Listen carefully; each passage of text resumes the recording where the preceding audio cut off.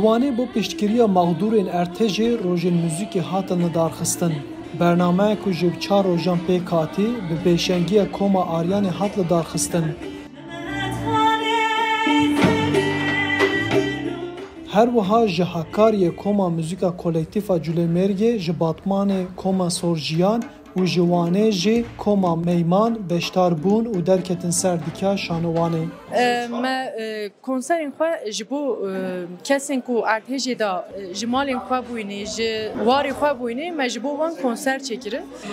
Bilêtên ku em difroşin ji bo mirovên Ertejê da bi bandor bûyî, ji bo wan em ê pakêtên evê çêkin, yên Remezanê, koliyên Remezanê çêkin û em ê belav bikin. Li Wanê hunermendên Kurd piştî Erteja Mereşê çûbûn hawara maqdûrên Ertejê û demek dirêj li wê deverê alîkariya rûnişvanan kiribûn. Piştî vegeriyan bajarê xwe bi bernameyên muzîkê û şanoyê kampanyayên alîkariyê dan dest pê kirin. Heftiya borî bernameyên şanoyê hatibûn lidarxistin û vê heftiyê jî bi bernameyên rojên muzîkê derketin pêşberî hunerhez û xêrxwazan. Wisa çar roj têr û tujî me xwestem bernameyeke li ser bingeha muzîkê em çê bikin. Lê heman demê de em bêjin dîsa gelê me were û em bi hev re piştgiriyekê xurt derbixin û wisa alîkariyek em bidin malbatên xwe yên Ertejê hatine Wanê. Yek ji temaşevanan zarokê bi navê Abdulhîzat bû. Ew li gel hevalên xwe derket ser dikê û li ber muzîka Kurdî govend gêrand.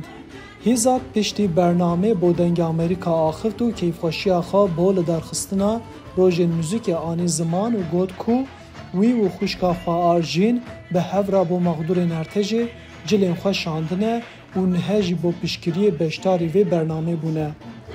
Xwaz bû, vîoloneka bas bû, saz lê dan, xwaz lê dan, geleka bas bû. Ez ji bo wan dibêjim, Xwedê bila awharî wan bike.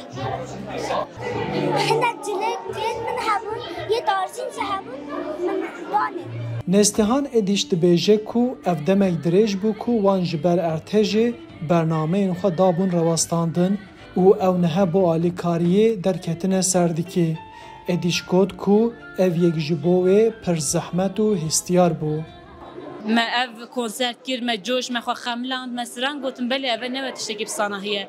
Yani em gele manel bin bandora wê da rastî jî ez hêj jî gele nexweşim wekî min ev wênê wa ew dîmen dîtin ez gele nexweşit bûm.